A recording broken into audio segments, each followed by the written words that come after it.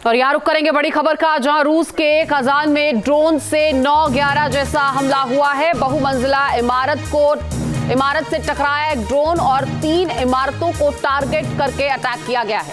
आपको बता दें, इस टकराव के बाद रिहायशी बिल्डिंग में आग लग गई और बिल्डिंग में फंसे लोगों को अब निकाला जा रहा है।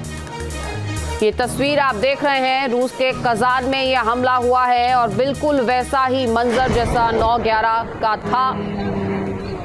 बहुमंजिला इमारत से एक ड्रोन टकराता है, 3 इमारतों को ये टारगेट करता है और टकराने के बाद रिहायशी बिल्डिंग में आग लग गई। हमारे सहयोगी मधुरेंद्र जुड़ चुके हैं, उन्हीं का रुख करेंगे। मधुरेंद्र, ये जो तस्वीरें हम दिखा रहे हैं, क्या ज्यादा जानकारी इस पर?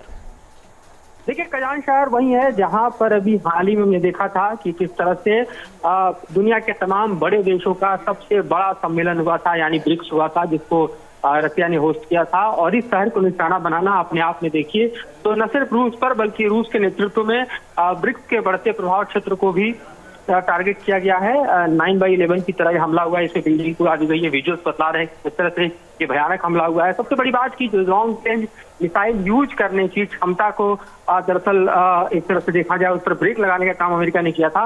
वो उसने जैसे ही अपलिफ्ट किया, यूक्रेन से हमले इस तरह के अब दिखाई दे रहे हैं, जो कि निश्चित तौर पे डीप पेनिट्रेशन करते हुए रसिया में दिखाई दे रहे हैं। इसके भयावह परिणाम होंगे, क्योंकि रूस जो है वो बोल चुका है कि अगर इस तरह के मिसाइल का प्रयोग किया जाता है तो ये अपने आप में न सिर्फ उस पर बल्कि एक तरह से नाटो के जरिए किया गया हमला माना जाएगा। और ऐसे में रूस भी रिटेलिएट करेगा, तो सिर्फ यूक्रेन तक उसका रिटेलिएशन सीमित नहीं होगा। तो ये घटना अपने आप में एक भयावह युद्ध की तरह जो है वो रूस और यूक्रेन युद्ध को आगे बढ़ाती हुई दिखाई दे रही है। और रूस का रिटेलिएशन देखना होगा कि कितना भयावह होता है, क्योंकि कजान पर हमला करके यूक्रेन ने दरअसल एक ऐसे युद्ध को आगे बढ़ा दिया है जिसका डर एक तरह से पूरी दुनिया को था कि युद्ध कहीं भड़ककर थर्ड वर्ल्ड वॉर न बन जाए। तो ऐसी स्थिति पैदा होती दिख रही है। पहले किरिलोव की मौत और अब ये हमला, एक के बाद एक, क्या ये उकसाया जा रहा है? और क्या पुतिन का अगला कदम होगा, क्योंकि लगातार पुतिन इस मामले में चेतावनी जारी कर रहे हैं पहले से? देखिए, पुतिन बिल्कुल अपने न्यूक्लियर डॉक्ट्रिन को बदल चुके हैं। पुतिन बेलारूस में ऑलरेडी अपने टैक्टिकल न्यूक्लियर वेपन्स को तैनात कर चुके हैं। पुतिन पहले भी धमकी देते रहे कि अगर मिसाइल का इस्तेमाल यूक्रेन करता है तो ये अपने आप में न सिर्फ यूक्रेन के द्वारा बल्कि नेटो के द्वारा किया गया हमला माना जाएगा। और इस हमले का जवाब जो रसिया देगा वो कुछ इसी तरह देगा जैसे ये सिर्फ यूक्रेन नहीं बल्कि उससे नेटो युद्ध लड़ रहा है। तो ये युद्ध का विस्तार क्षेत्र देखा जा सकता है। ये अपने आप में वॉर को एस्केलेट करने वाला कदम देखा जा सकता है। जो कदम इस वक्त यूक्रेन ने उठाया है वो रूस को भड़काने वाला है और ऐसे में पुतिन की थ्योरियों को चढ़ना लाजमी है। रिटेलिएशन कुछ इस तरह से रूस का होगा जिसकी कल्पना जो है वो इस वक्त तो नहीं की जा सकती, लेकिन उसका अंदेशा जरूर देखा जा सकता है, क्योंकि इस तरह के हमले के जवाब देने की तैयारी रूस पहले ही कर चुका है। जैसे ही अमेरिका ने लॉन्ग रेंज मिसाइल यूज करने की इजाजत जो है यूक्रेन को दी थी, उसी वक्त पुतिन ने अपने न्यूक्लियर डॉक्ट्रिन को बदल दिया था, अपने हथियारों की तैनाती कर दी थी। और इस वक्त यही हुआ जिसका डर था। यूक्रेन ने कजान को टारगेट किया है और ये टारगेट अपने आप में इतना भयावह है जिसके परिणाम भी आने वाले दिनों में बेहद भयावह दिखाई देंगे। और ये जो बिल्डिंग है, क्या यहाँ रेस्क्यू ऑपरेशन अभी भी जारी है? यहाँ बिल्कुल रेस्क्यू ऑपरेशन अभी भी जारी है। अभी भी ये देखा जा रहा है कि हताहत की संख्या यहाँ पर कितनी हो सकती है। यहाँ पर ऑपरेशन अभी चल रहे हैं और यहाँ इस वक्त जो है जिस तरह से फायर अलार्म बज रहे हैं उससे समझा जा सकता है कि इस वक्त की स्थिति जो है वो आउट ऑफ कंट्रोल जो है वो दिखाई दे रही है। इस वक्त हम देखें तो लगभग जो यूक्रेनियन ड्रोन है वो अपने आप में वहां पर उड़ते हुए पाए गए हैं। वो वहां पर क्रैश किए हैं रेजिडेंशियल बिल्डिंग में दिखाई दे रहा है। तो अभी जो जानकारी मिल रही है उसके मुताबिक ये पता चल रहा है ये जो हमला है वो लॉन्ग रेंज मिसाइल के बदले यूक्रेन ने ड्रोन के जरिए किया है और ड्रोन को जरिए जो है वो टारगेट किया गया है, ठीक उसी तरह जैसे 9/11 में हमने देखा था कि जो ट्विन टावर्स हैं उनको टारगेट किया गया था। तो ये अपने आप में अभी कंफर्मेशन क्लियर है कि ड्रोन स्ट्राइक है जिसने कजान की एयरपोर्ट ऑपरेशन को भी प्रभावित किया है। वहाँ की बिल्डिंग में आग लगी है, वहाँ पर जो ड्रोन लॉन्च किया है यूक्रेन ने उसको पूरा का पूरा यहाँ पर जो बिल्डिंग है वो पूरी तरह से तबाह दिखाई दे रहा है। मधुरेंद्र, क्या इस बारे में कोई जानकारी मिल पाई है कि कितने लोग बिल्डिंग के अंदर मौजूद थे जब ये धमाका हुआ? कितने लोगों का भी रेस्क्यू किया जा चुका है या कितने अभी फंसे हैं? देखिए, इस बारे में कोई अभी क्लियर डाटा तो नहीं निकल कर सामने आ रहा है, लेकिन जो वीडियो है वो बता रहा है कि कितना इंसिडेंट जो है वो दरअसल खतरनाक था। मैसिव फायर की स्थिति हम देख सकते हैं जो वीडियोस पे दिखाई दे रहे हैं।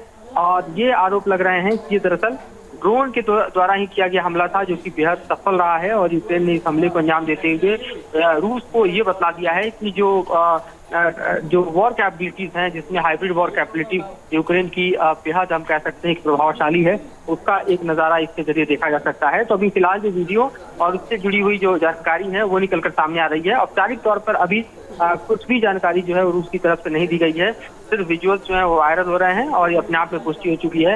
ये लगभग अनमैन्ड एरियल व्हीकल था, जो कि तकरीबन 7 से 8 बताए जा रहे हैं, जैसा कि एयर मैप पे दिखाई दे रहा है। और हम देख रहे हैं कि इस बारे में पुष्टि भी हो रही है कि तकरीबन 8 अनमैन्ड एरियल व्हीकल्स जो हैं वो इस तरफ मूव किए हैं, जिन्होंने इस बिल्डिंग को टारगेट किया गया है।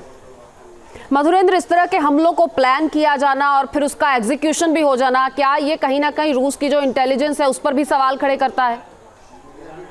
देखिए, बिल्कुल रूस के खास तौर पे न सिर्फ हम कह सकते हैं कि अपने तैयारियों पर सवाल खड़ा करता है, बल्कि ये भी बतला रहा है कि किस तरह से रूस जो है वो इस तरह के ड्रोन हमले को रोकने में नाकाम रहा है। इससे पहले भी कई हमलों को अंजाम दे के यूक्रेन ने बतला दिया था कि उसकी drone capability, UAV capability deep penetrate कर सकती है, जिसको रूस का एयर डिफेंस सिस्टम नहीं रोक सकता। और एक बार फिर हुआ कि रशियन एयर डिफेंस सिस्टम नहीं रोक पाए और कजान को टारगेट करने में यूक्रेन सफल हुआ। तो ये तो साफ तौर पर दिखाई दे रहा है। और क्या ये आने वाले समय में यूक्रेन के और हौसले बढ़ाने वाला भी साबित होगा?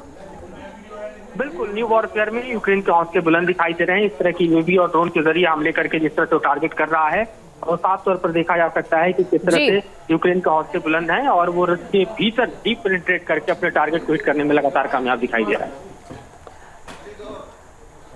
अनिल गौड़ जी हमारे साथ रक्षा विशेषज्ञ जुड़ चुके हैं। मधुरेंद्र, आप बने रहिए हमारे साथ। अनिल जी, आपसे भी ये समझना चाहूंगी, एक के बाद एक हमले, पहले किरिलोव की मौत और अब कजान पर ये हमला, और हम तस्वीरें भी दिखा रहे हैं, ये कितना एक्साइट करेगा और कितना ये भड़काने वाला होगा पुतिन को? देखिए, ऐसा है कि जिस हिसाब से अब ज़ेलेंस्की, मैं कहूँगा एक रिसेंट है, क्योंकि उनको पता है कि जब डोनाल्ड ट्रंप भी जब प्रेसिडेंट बन जाएंगे अमेरिका के, तो जो इनको इमदाद वगैरह, जो इनकी सपोर्ट मिलती है वो सारी खत्म हो जानी है। तो ये एक लास्ट, जैसे होता है ना, दिया जब होता है, जब बुझने लगता है तो बड़ा चमकता है, ये उसी हिसाब से है। मैं तो यही कहूँगा कि अभी इसकी बजाय कि ये कार्रवाई करे, ऐसी कार्रवाई करे ज़ेलेंस्की, इसको अब ये देखना चाहिए कि किस तरीके से, जैसे कि रशिया पहले भी एक प्रस्ताव दे चुका था उसका पीस का और लड़ाई युद्ध खत्म करने का, जब बोरिस अपना जो यूके के प्राइम मिनिस्टर जो थे बोरिस, वो आके वहां से उन्होंने कहा कि आप इसको मत करिए और हम इसको आपके पीछे हैं, सारा कुछ उनको शह दे के तो ये चलाते रहे। तो अब वो का टाइम खत्म हो गया, क्योंकि अब जो टाइम है वो ये है कि जब डोनाल्ड ट्रंप बनेंगे तो यूएस विड्रॉ होगा, जैसे ही यूएस विड्रॉ होगा यूके विड्रॉ हो जाएगा और बाकी जो यूरोपियन नेशन है वो भी विड्रॉ हो जाएंगे इस युद्ध से। तो रह जाएगा सिर्फ ज़ेलेंस्की और पुतिन। तो फिर उसको मुश्किल आ जाएगी, इसको फिर वो भागेगा, भारत के पीछे भागेगा और किसी के पीछे भागेगा कि अभी संधि करा दो। तो इससे अच्छा ये है कि ये सारा कुछ बंद करके वो उसकी तैयारी करेगी कि किसी तरीके की संधि हो जाए और ये जो युद्ध है बिल्कुल खत्म हो जाए। अगर ये नहीं करेंगे अभी, तो आपको मैं यकीनन ये कह सकता हूँ कि जिस से डोनाल्ड ट्रंप के वहाँ प्रेसिडेंट बन जाएंगे यूएस के, तो ज़ेलेंस्की के लिए बहुत मुश्किल हो जाएगा कि ना तो उसको एड मिलनी है, ना उसको हथियार मिलने हैं। तो जैसे ही इसके जब इन्होंने विड्रॉ किया वहाँ से, बाकी सारे जो इनके पीछे खड़े, जो इनको कहते हैं हाँ जी हम लड़ो, हम ये भी करेंगे वो भी करेंगे, सबने पीछे हट जाना है। तो ज़ेलेंस्की अकेला हो जाएगा वहाँ पे, यूक्रेन अकेला हो जाएगा। इसीलिए अच्छा ये है कि ये सारी बातें बंद करके वो अब जो है एक रास्ता ढूंढे किस तरीके से संधि हो और वहाँ पे जो है ये युद्ध जो है खत्म हो। चलिए अमित जी, बहुत शुक्रिया हमसे बात करने के लिए, और आपका भी मधुरेंद्र शुक्रिया इस जानकारी के लिए। न्यूज नेशन अब व्हाट्सएप पर खबरों की ताजा अपडेट के लिए न्यूज नेशन के इस QR कोड को स्कैन करें।